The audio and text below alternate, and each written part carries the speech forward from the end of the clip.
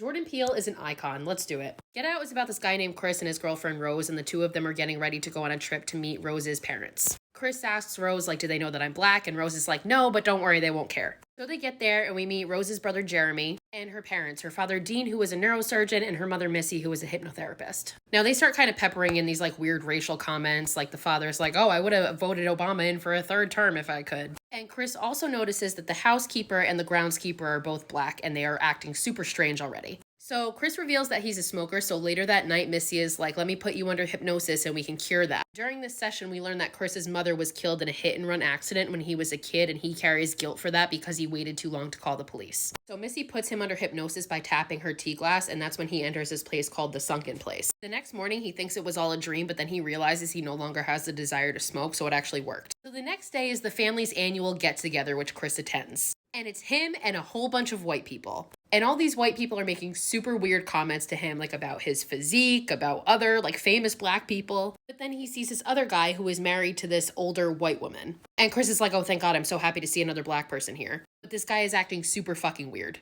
So Chris goes to take a picture of this guy, Logan, but when the flash goes off, his nose starts to bleed, and he flips the fuck out and, grabs Chris and starts screaming at him to get out. The others all restrain Logan, and then Dean later tells him that Logan had an epileptic seizure and that's why he acted the way that he did. And Logan comes back again completely weird and apologizes to Chris. Now, the reason Chris took this photo was to send to his best friend Rod, who was a TSA officer. Rod and Chris have been talking periodically throughout this whole movie, and Rod is suspicious of the whole thing. So Chris starts to feel pretty uncomfortable and goes to Rose asking for them to leave, but while that's happening, we see a separate scene of an auction taking place with Chris's photo. Meanwhile, Rod looks into the photo that Chris sent him and realizes that Logan is actually a missing man named Andre. So Rod goes to the police because he thinks this whole thing is a big conspiracy, but of course they don't believe him. So Chris is packing up to leave, but while he's doing that, he goes into Rose's closet and discovers this shoebox of a bunch of photos. And the photos are all of Rose with various black people. One of those people is the housekeeper, Georgina, and another is the groundskeeper, Walter. So Chris is like, that's weird because you told me I was the first black person you've ever dated. So at this point, he's even more suspicious and is like, Rose, give me the keys, we need to leave. And at this point, Rose's parents and brother are all blocking the door, preventing him from getting out.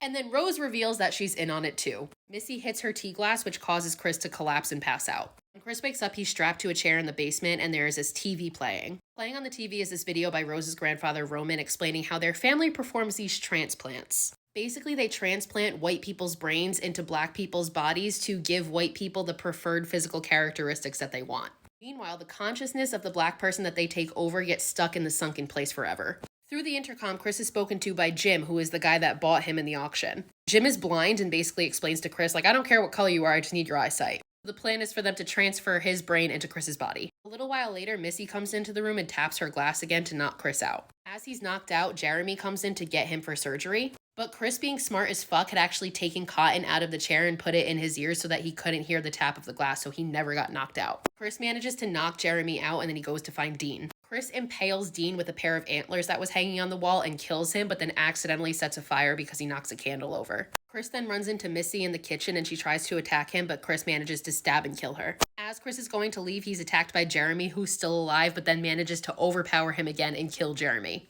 As he's driving away, Chris accidentally hits Georgina with his car. Now, we learned earlier that Georgina is actually Rose's grandmother with her consciousness inside of Georgina's body. So Chris looks at this and is overcome by guilt because of his mother's hit and run, and he relates it to this. So he picks her up and takes her in the car to get her help, but she awakens and fucking attacks him. A struggle ensues between the two of them, and ultimately the car crashes and Georgina is killed on impact. So now Rose and Walter are the only people left alive. And Walter is actually Roman, Rose's grandfather. And they follow Chris and attack him. But learning from what happened with Logan, Chris uses his camera flash to neutralize Walter. So Walter snaps out of his trance and is himself again. He uses the shotgun to shoot himself, but before he does that, he shoots Rose. Chris gets on top of a dying Rose and starts to strangle her, and that's when we see police sirens. So most people watching this movie are now assuming that people are going to see a black man strangling a white girl and they're going to shoot him. But alas, it's Rod in his TSA car. Chris gets into the car and the two of them drive away as Rose is left to bleed out on the road.